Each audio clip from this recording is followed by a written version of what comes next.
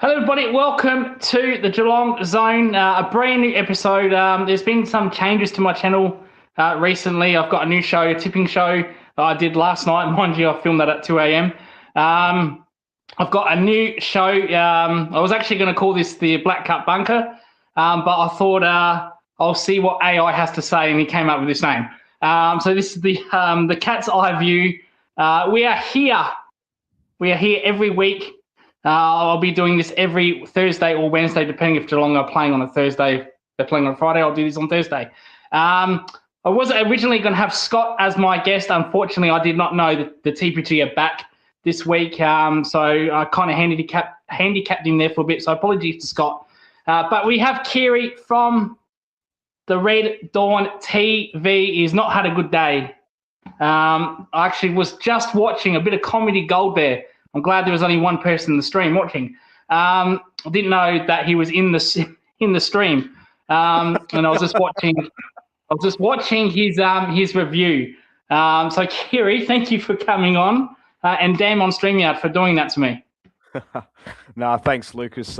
Pleasure as always to come on your show, mate. And as you all know, I've covered Liverpool Football Club. I just uploaded the match review of what was the disastrous loss to Wolves, bottom of the league side in the Prem, and I did a bit of an FA Cup preview as well. Same opponent we're facing in 72 hours' time, and to say I'm flat as a tack is an understatement. But you know, we've got a game of footy to look forward to. It is the AFL season. Let's bring it on. This is what we're all here for. But yeah, pleasure as always to come on, Lucas.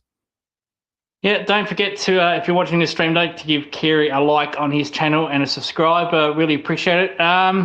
We're here for the Gold Coast versus Geelong at Metricon at Gold Coast Stadium, whatever you want to call it these days.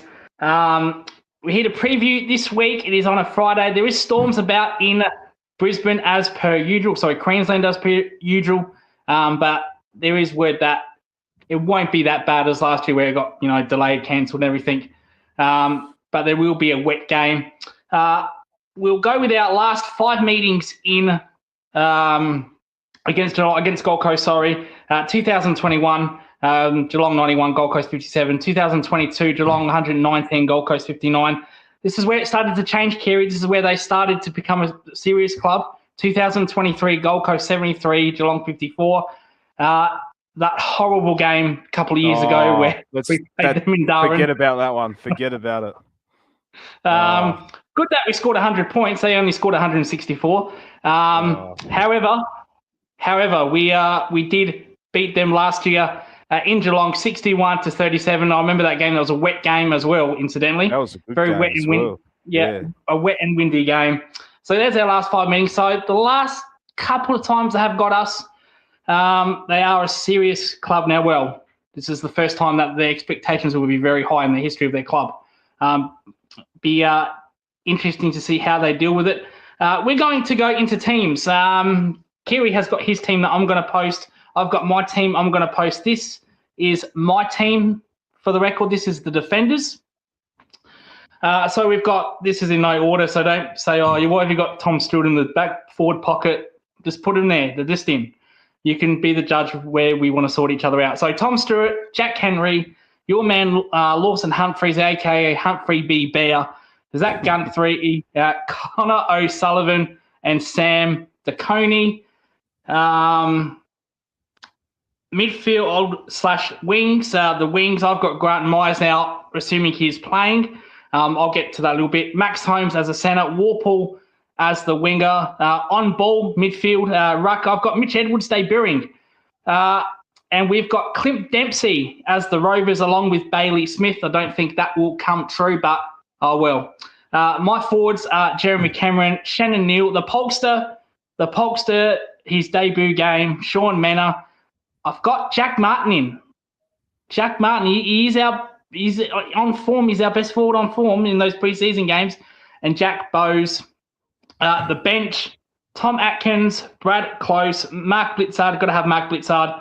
Ollie Henry and P. Danger. I think me and Kyri are going to discuss Dangerfield coming off the bench. The replacements, if Grant Myers is not playing, I've got Jed Buse, Jeremy Cameron will replace Mark O'Connor. Dangerfield starts forward. Bailey Smith for Mitch Nevitt. That's a like for like. If Dangerfield is not playing, George Stevens or Ollie Wiltshire. Your thoughts on that team, Kyri? We'll start with the defenders. Yeah. We've got injuries, but our defense is pretty full strength. Yeah, it's definitely at full strength in the back line as well. Probably our only position of the ground that looks completely healthy at the moment. And yeah, this is definitely the back six I'd absolutely go with as well. Spoiler alert, it's exactly the same that I've got as well. Yeah, no, definitely spot on there. Like Lawson Humphreys, he's going to be. I think he's going to pick up where he left off in the Origin game.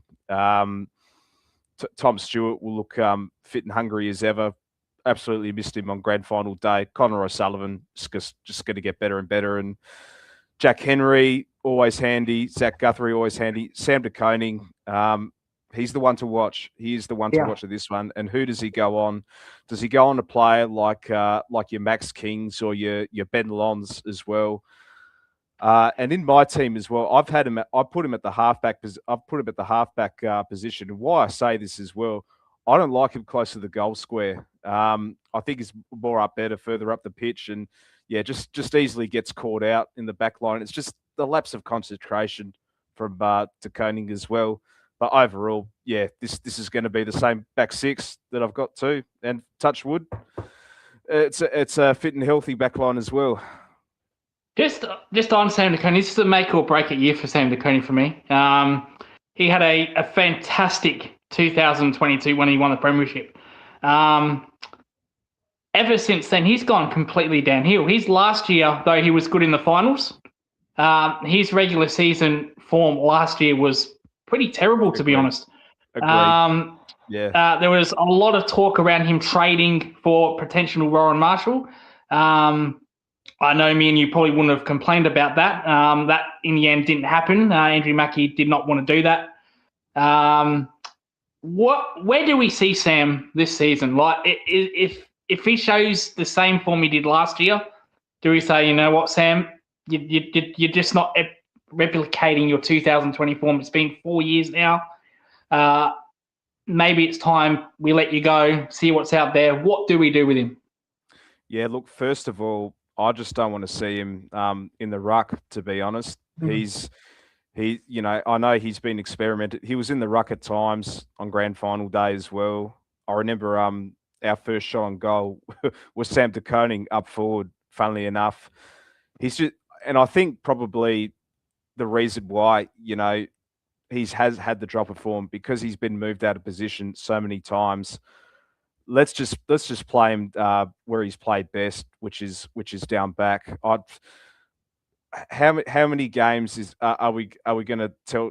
Are we going to finally realise in Chris Scott's head that he's not a ruckman? Like he's a key defender for crying out loud. Like, and I do think him constantly being moved out of position, so time and time again, is dropping off his form, and that also leaves a hole down back as well.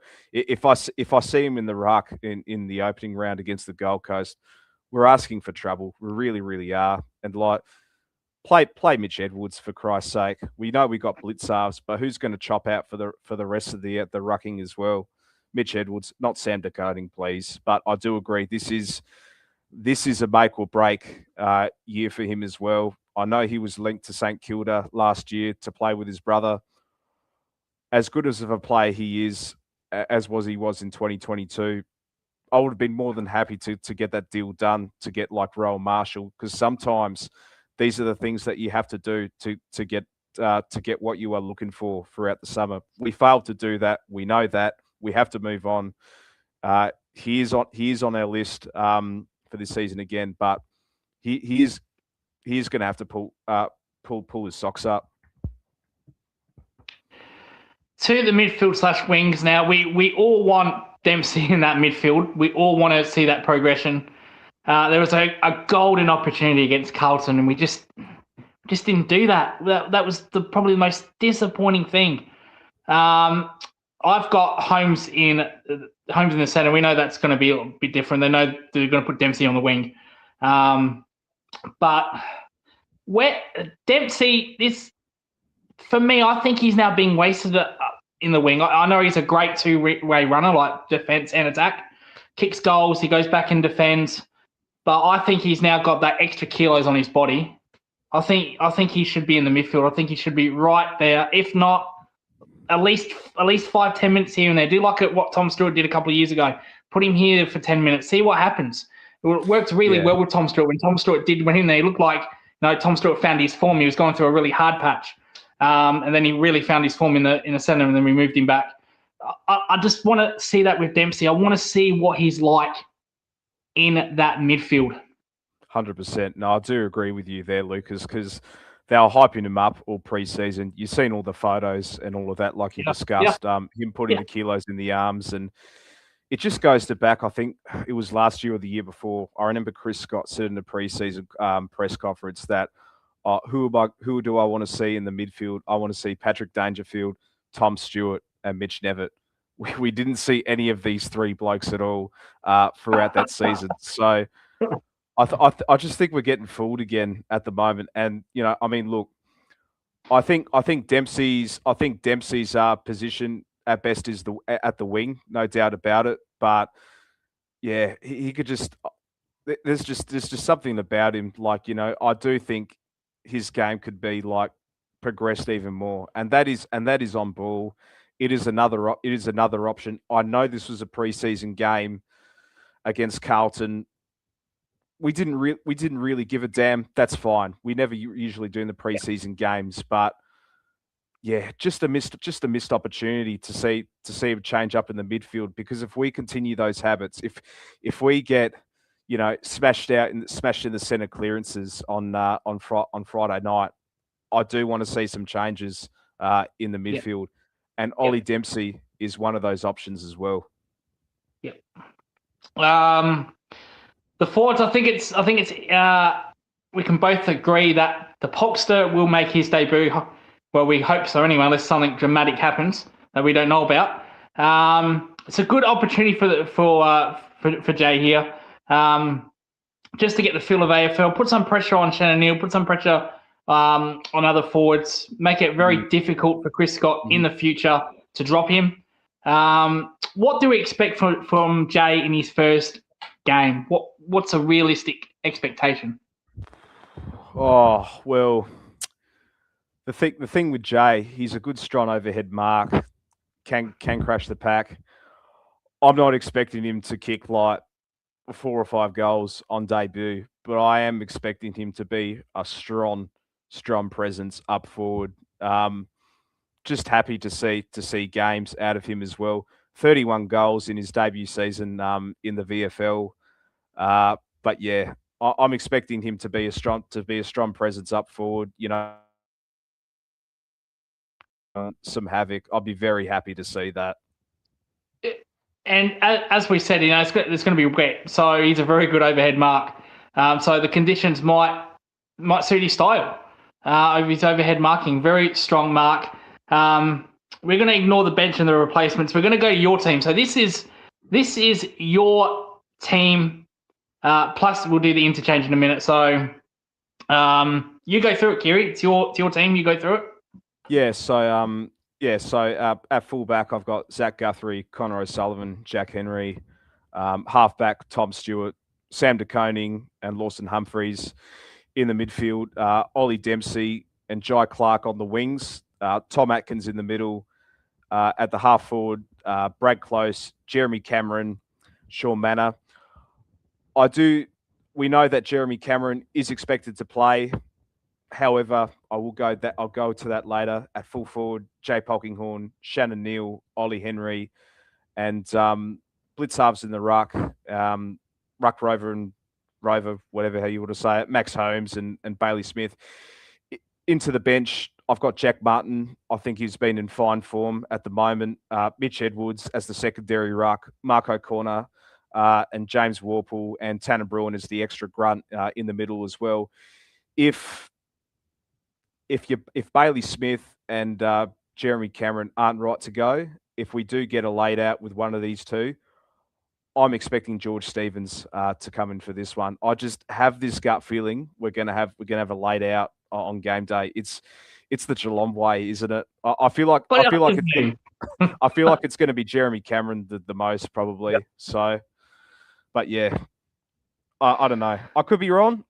They could both play. That's great. But if either Cameron or Baz are out, just get George Stevens in, I reckon. And I forgot about Jack Bowes as well. I can't believe it. Like it's just such a hard team to like it's just a headache to make your best 23. When you've brought in James Worpel in, and now you've got Tanner Bruin back for selection as well. Yeah, Jack Bowes, I'm really, really sorry, mate. And I'm sorry to George Stevens because I love the guy as well. I love the kid. I do need a colour in my hand. I do, with scotch as well. Yes. I noticed something with our... That's the team I'll go with. Yep. Yeah, I noticed something in our bench. So that's your bench. This is my bench. There's a noticeable omission. Our number one tagger.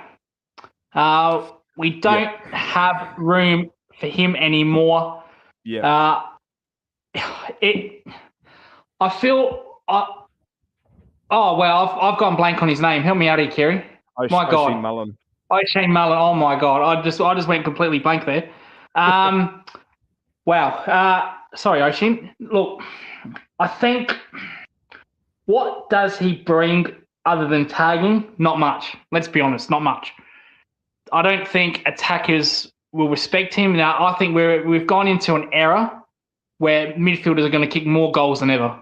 We've seen that in the pre-season. We saw that with Wanganeen beside Miller. We've seen that with Turk Miller. We saw that with Anderson. We've seen that with Cripps. Cripps actually played on each other a week ago. Grand final day with Hugh McCluggage. As soon as he went into the forward line, it was game over. Yeah. I think more than ever, midfielders are going to play a huge role up forward. Even Dacos is doing it.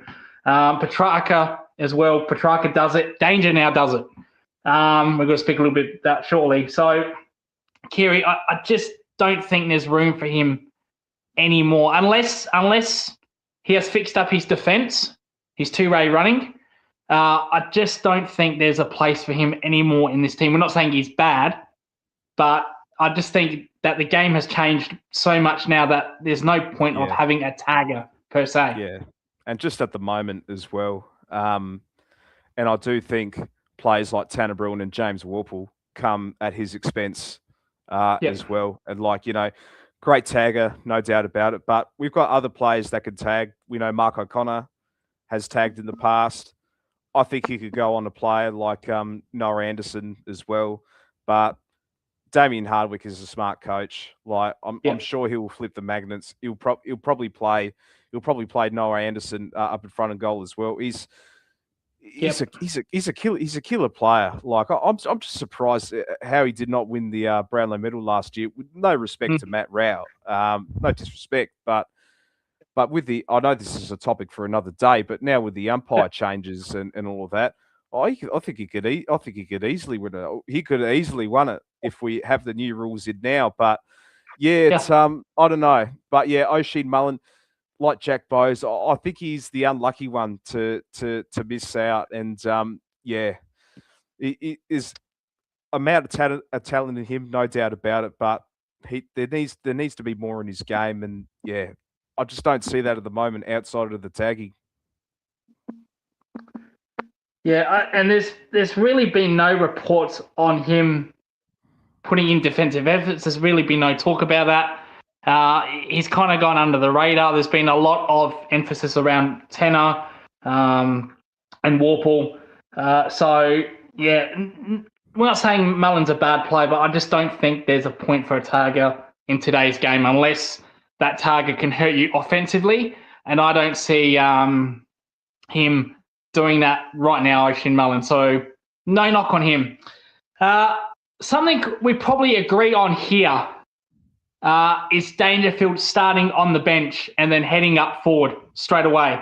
I think we saw in that prelim and grand final where the prelim was absolutely outstanding. If he didn't play in that prelim, I don't think we win, in my opinion. Unfortunately, it came at a heavy price. He could not get his body going at all in that grand final day. He was, no disrespect, but he was a liability, to be honest. He just could not get a thing going. So we need to start emphasising what can we do with danger. And I saw him come off the bench at Carlton, and he was great. He looked like he was going to do everything. He missed his shots, which is disappointing, something that he does do in his career. Can he get clutch goals, as he said on the space last week? Clutch goals, he's good at that.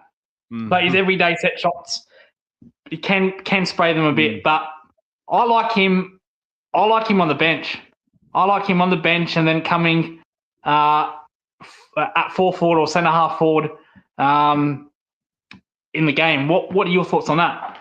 Yeah, 100%. I think I'm expecting him to play that Joel Selwood role like in 2022 when he comes off at the bench.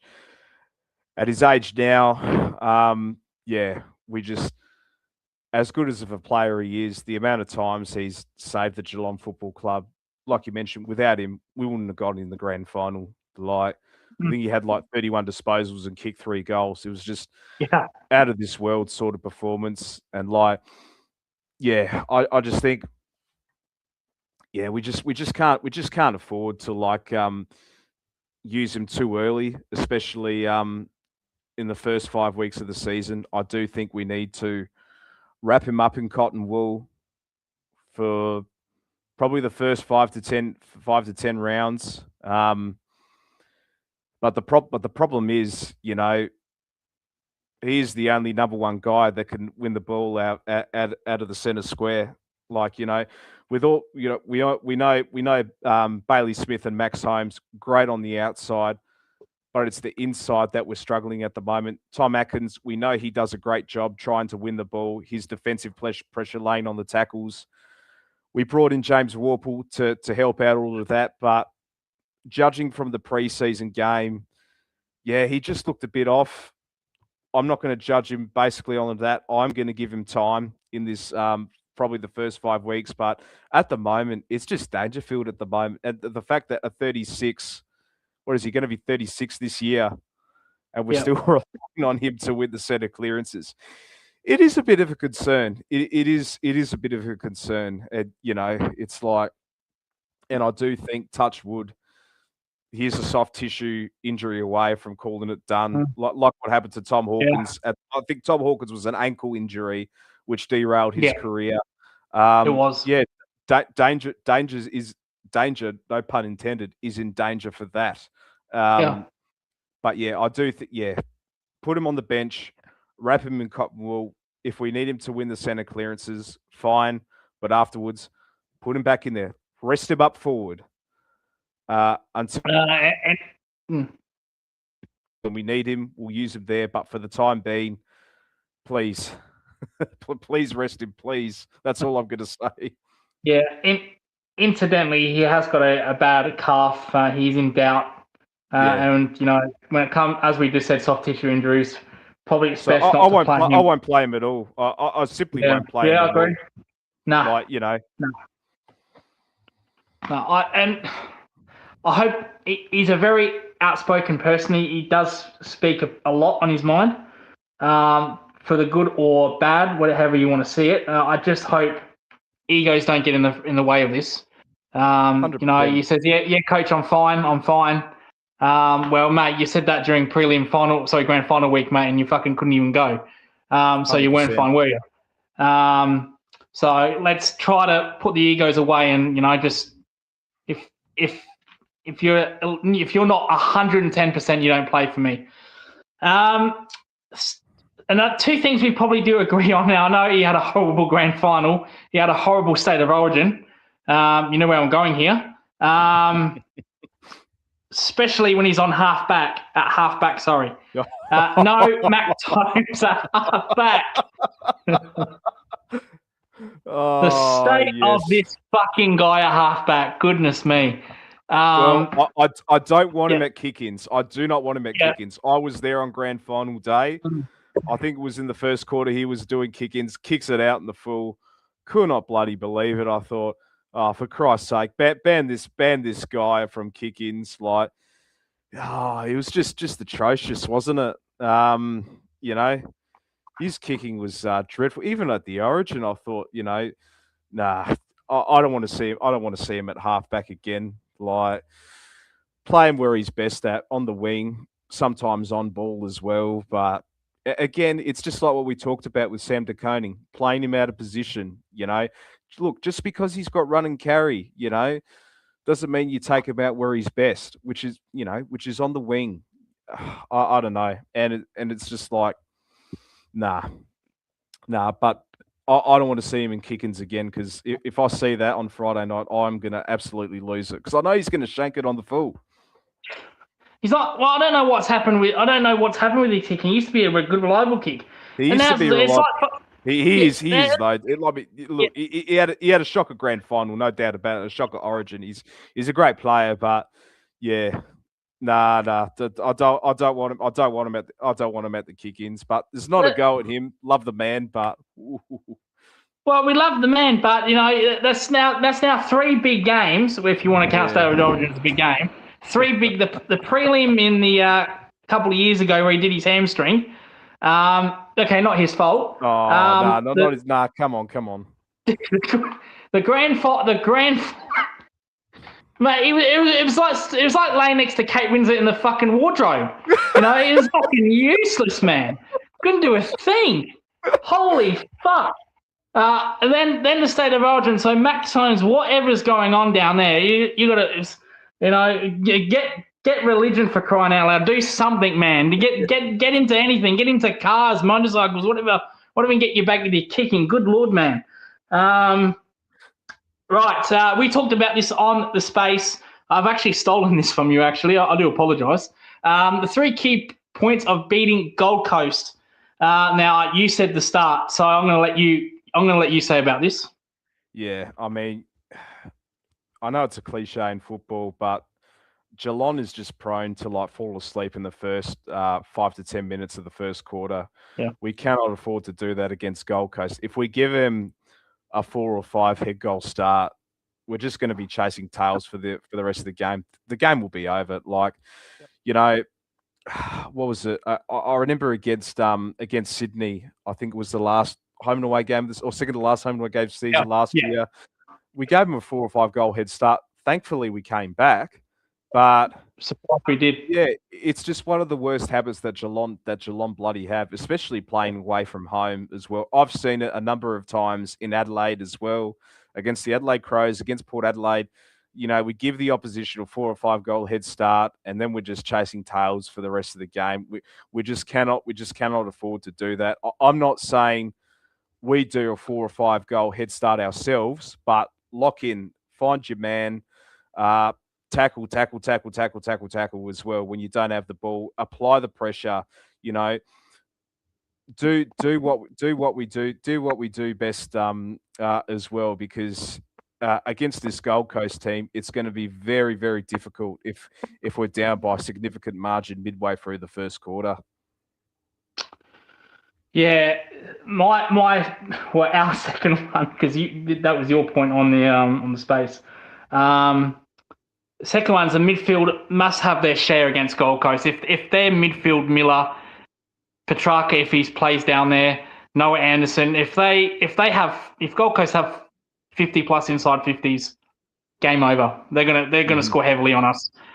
So our midfield must at least have their own share. We've got to. What I didn't put in there is be efficient. We've probably got to be as efficient as them.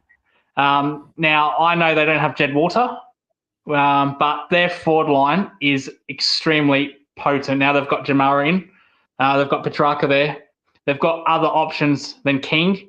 Ben Long, I think Ben Long is completely underrated. No one hardly ever talks about him as a small forward. His work rate is outstanding as well. But their forward line is extremely potent. If they get 50, 60 inside 50s, forget about it. That's not going to be a good thing for us. Yeah, I mean, Jed Walder is less of a forward to worry Yep. about, but they still have Yep. weapons up there as well. I'm really worried about Jamara. Yeah. I just have this gut feeling he's going to have a legacy game, bro. Like Every it's time he always plays against us. it's always the first. It's always we get these. I'm not saying he's a nobody, but you know what I mean. Every time we Yep. play a team, you see a player who's what am I going back to? I'm going back to nobodies. Fucking Jack Lukosius when he was at the Gold Coast, for example, when he was playing there. Yeah. He's a Darwin game. fucking spud all year. All of a sudden, he's marking like Wayne Carey and kicking goals like Tony Lockett, mate. Like, Yeah. cannot believe. Thankfully, he was dog shit in the Port Adelaide game, but yeah. And speaking of Port Adelaide, who's that fucking that Sandford defender? Jones. Is it Lockie Jones? Lockie Jones, yeah. Yeah, I swear he always plays good against us, man. I fucking swear. He pocketed. I saw this at the game. He pocketed Jeremy Cameron for those 10 minutes, and his hamstring went. It was game over. So, but fuck, he always does a good job on Jeremy Cameron. Like, goodness gracious me, I don't think he played the game at Katinia Park later on in the year. I think that's why Jack Martin went berserk. But yeah, he always does. He always gives us a hard time as well. We'll be talking about this well. Yeah, we'll be talking about this Anzac Day. He probably doesn't have to take him worry about. He has to probably worry about Todd Marshall since the Josh Carr send the FIFA management down and send a goal kicker that is a good goal kicker when he's on the park. Now a defender, so a new threat. Back to the 3 points. The number three. Change it up if it isn't working. We also said this, if you're down by 20 at halftime, don't go back to the same midfield. Throw a Dempsey in there. Throw Ollie Henrys. Do something, man. Throw anybody. Throw a Shaw Manor in there. Like, yeah. He's clean with the ball. And he just tries to make something happen as well. Like Shaw Manor's another great option. I expect him to play in those half forward spaces, that Brian Myers sort of role. But throw him in the midfield. Like, try something different. Ollie Henry, I don't know if he has the tank for it. It is worth a try, but I'm not sure. But just anyone. Just if it's not working out, throw someone else. We don't have to. It's the old saying, like what do you call it? The constant thing is doing it over and over again. Oh, same thing. Yeah, the insanity. Yeah, the insanity. Of that's it. Yeah, that's it. Yeah. Yeah. Well, that Darwin game was a carbon copy, wasn't it? Where the game was lost in 15 minutes, where they just walked down midfield, smashed us on the inside. And that was pretty much it. Now, we do want to speak about one more player, then we'll probably wrap it up. What is the expectation of Brad Close? We know he brings four-line pressure, but is that really good enough? Is that a thing? Doesn't really hurt you on the scoreboard. Yeah, in some games he can kick a couple of goals, but I think. Now, I know Zach Butters is linked to Geelong. I think we use Brad Close as a bargaining chip in a trade or something. I think that's the only reason why we're going to get Zach Butters. I did a video on Zach Butters just a week ago. But what does Brad Close bring to Geelong other than four-line pressure, which is not a thing? That's not a thing for me. What the fuck is that? That's nothing. Yeah, and that's the thing. My dog can do that. My dog could bring forward-line pressure. What in the fuck is that? I love Brad, but I'll give you his stats in the preseason. I'll give you the preseason game against Carlton. Absolutely. He had 5 disposals. Like that's simply not going to cut it. And he's like, just about nearly one disposal each game. I just don't think he's chasing for the ball or anything like that. His just efficiency was off as well. We know his off ball work. No doubt about it. I'm not expecting him to get 15, 20 touches or kick 4 or 5 goals every week. but we need to see more out of Brad Close because you got players like Ollie Wiltshire, other young forwards as well. I don't think, and this is the dilemma that Chris Scott has in this team as well. He picks players with reputation over form. I think it's the delusion of like the Australian cricket team, for example. Persisting with players like Marnus Labuschagne. I know Khawaja's retired. Cam Green, he's had a shocker of a summer. But this is the dilemma that Chris Scott has with his best 23 as well. He keeps playing players with reputation over form, and the 1%ers that Brad Close does is why Chris Scott still keeps him in the team. And I don't know. He needs to do more. Absolutely. I'm not asking him to get 30 touches or kick 3 goals every week. I'm not, but I want to see him get into the double digits at least 10 to 12 disposals, kick a goal, maybe 3 goal assists. But yeah, I think he's in real danger at the moment of his spot because you got young guys like Ollie Wiltshire killing it in the twos every week and just not getting a nod. In the Collingwood game, he kicked a goal. Recorded about 3 inside 50s. I think he was the sub for this one, but his impact from that game was a lot more than what Brad Close was dishing up in the preseason game against Carlton. Chris Scott doesn't trust our young guys. I've been saying that for fucking 5 years. Factual, nothing new there. Keeps ignoring them like Ted Closey. Ted Closey, I think is a major fuck up from the club. Yeah, I can't believe you poured in on him. I know he's playing in the Sandful this year for my club, Woodville West Torrens. I hope he goes well. I hope another AFL club picks him up. But yeah, he was linked to Port Adelaide as well. I don't know how he did not get picked up from there. But yeah, Ted Close, he was another one that was wasted as the sub, comes on for about 5 minutes. And then you don't hear from him again. Players like George Stevens as well. I worry too. Mitch Nevitt's in that conversation as well. Mitch Nevitt, I wanted to talk about as well. Yep. I thought he was wasted in the forward pocket in that preseason game. I think he kicked a goal, had a nice mark, but he wasn't thrown into the midfield at all. I don't think he attended any centre bounces at all. And Mitch Nevitt has a great body frame. I think he's got a bit of a Joel Corey in him. It does, on the inside and on the outside. He offers both. And I don't know, it's like, and he's another option. If we're losing in the centre clearances, throw Mitch Nevitt in, see what he could do. We'll never know if he's good if we don't give him a go. And he's another one that gets wasted as a sub. It's disgraceful how he was treated last year. Whether that was deliberate, I don't think it was deliberate per se. Chris Scott said pre-season last year, we're going to see Mitch Nevitt in the midfield. Yeah. And we saw that fuck all. So, and every time when we did say that, we did see that, he was only a sub and he was only in there for 5 minutes. I remember round 1 against Fremantle last year, he laid like 20 fucking tackles. I've been exaggerating, but he laid so many tackles. Yeah. And all of a sudden, we never hear from him again. Like, what's going on, man? No, it's just a shame. Same with Ted as well. When Ted, killing it in the twos, absolutely killing it. Yeah. And every fucking week we were saying he gets in. Surely he gets in. No, he gets in this week. No, surely he gets in this week. No, what the fuck?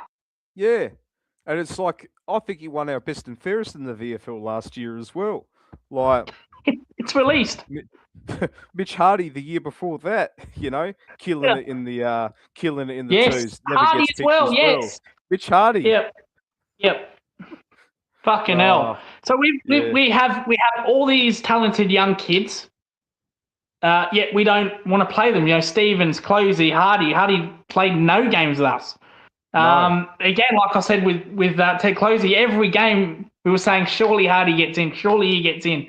No, we got Ollie Wiltshire. I think is a good player, very good player, and I hope we see him very soon, because I think he might be another one in George Stevens where we're saying surely he plays this week, and then he doesn't, and then he gets released. And I feel for Nevitt as well. I think I think this is a make or break it for all these players. I think they're just going to get released if they don't show anything. Yeah, Which is hard. How are you going to show something if you get 5 minutes? You know, that ain't going to tell you. Yeah. And it's just going to be out of those three, only one's going to make it out of that out of that list as well. The other two will get or ultimately none of these three won't get a new contract either. I think they're all in their I think they're all in their last year of their contract too. Yeah. So so we won't be seeing all three of them next year. There's no. I assure you. And if they do get, let's say they play 5 games of full game time and they don't have it, they don't have their potential, what we see in the VFL, then we can say, you know what, we gave you a chance. But if you give him one game and like 5 minutes in the pocket where he doesn't even play, that's absolutely ridiculous. He's not a Chris Judd. He's not a Lance Franklin. We're not asking you that. have to give them time. You have to give them time. Right, we'll start wrapping this up. Lucas tips. Mine's Gold Coast by 40+ points. Sorry, couldn't give a fuck if that upsets the fan base and other YouTube channels. I think if they are the real deal, if they are the team that people think they are, they should easily handle anybody that is playing them at home besides Brisbane. I think they can make this place a real fortress. Again, I said earlier, this is the first time in their history that the expectation is high. People have them playing in grand finals. I have them winning a grand final. I'll have them, along with Hawthorn in that grand final. Again, sorry, Cats fans. But with a asterisk next to Brisbane with a motivation factor. If Brisbane, say, we want to win this, they'll win it. But I think hunger would be the only thing that will stop. So motivation would be the only thing that stopped them. If not, I think this is Gold Coast's time. Really, really great coach in Damien Hardwick.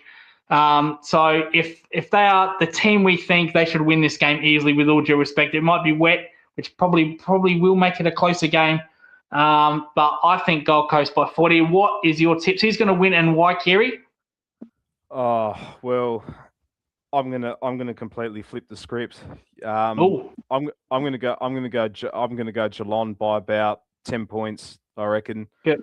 I think it is going to be a wet game. I'll be there for that one as well. Anyone watching the video as well, if you're planning to go to that game, hit me up if you want to hang out. I know I'm going with a good friend of mine as well in Queensland. I'm tipping Geelong by 10 because I do think in these sort of games when we do have some notable outs at the moment, against all odds, we weren't supposed to beat a team like Hawthorn in a preliminary final or in the qualifying final before. We weren't supposed to beat Brisbane. I do think we will go against all odds, and in the wet weather, I think the conditions will suit us a lot more.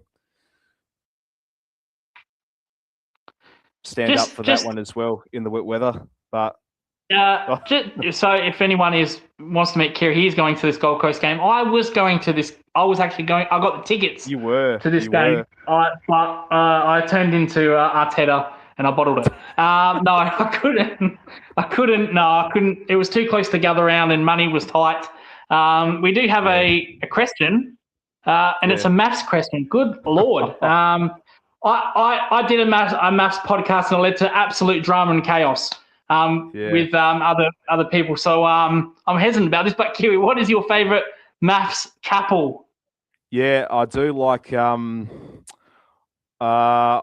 do like Alyssa and David, aka Timo-Matic. Timo-Matic. Oh, we love it. Same thing.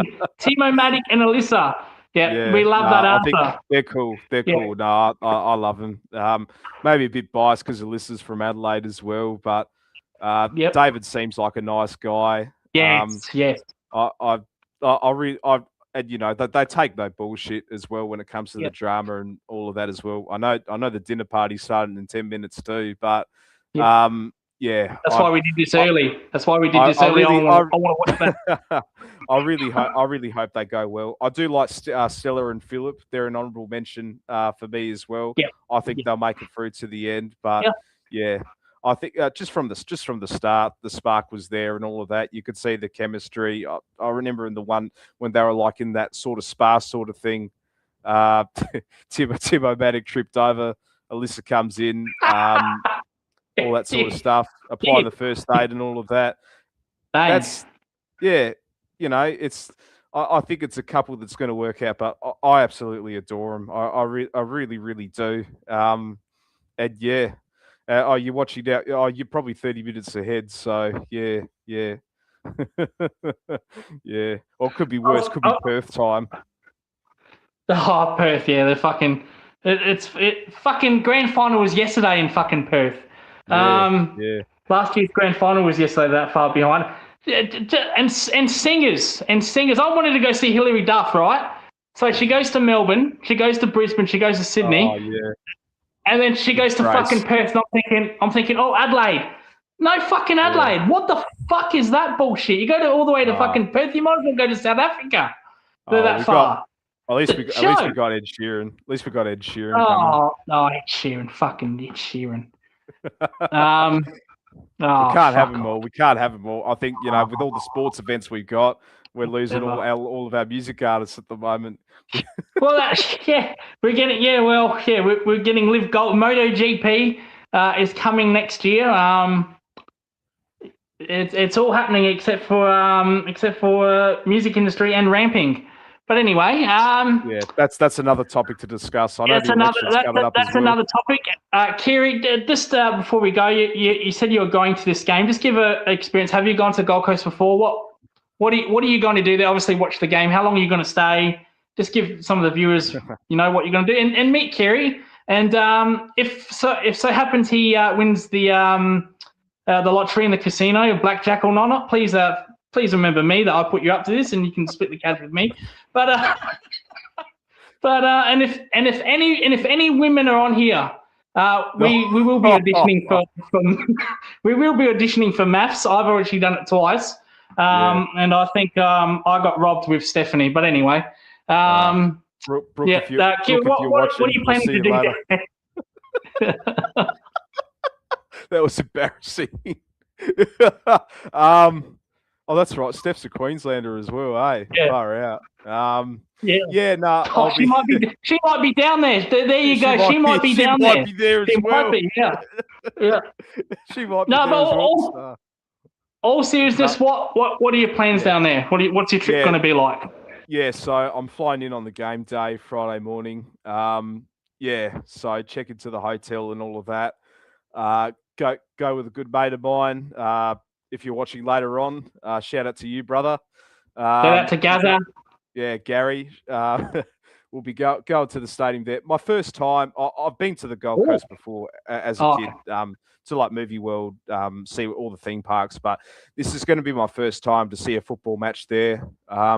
Really looking forward to it. Then on the Saturday, I'm going to take up the train to Brisbane. Going to see the Brisbane Lions and Bulldogs game up at the Gabba. Just a good opportunity to watch a game at the Gabba up there before that stadium goes, because we know they're going to build a new stadium for the Olympics. Yep. That's happening really, really soon. For the better. For the better. But I had the full Gabba experience on Grand Final day, didn't I?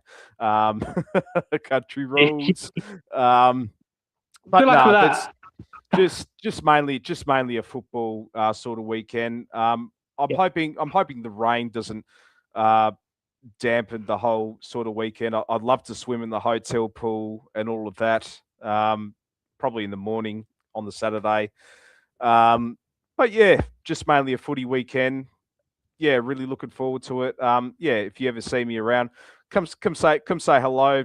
Add me on Twitter. Anyone on Twitter watching, chuck me a message.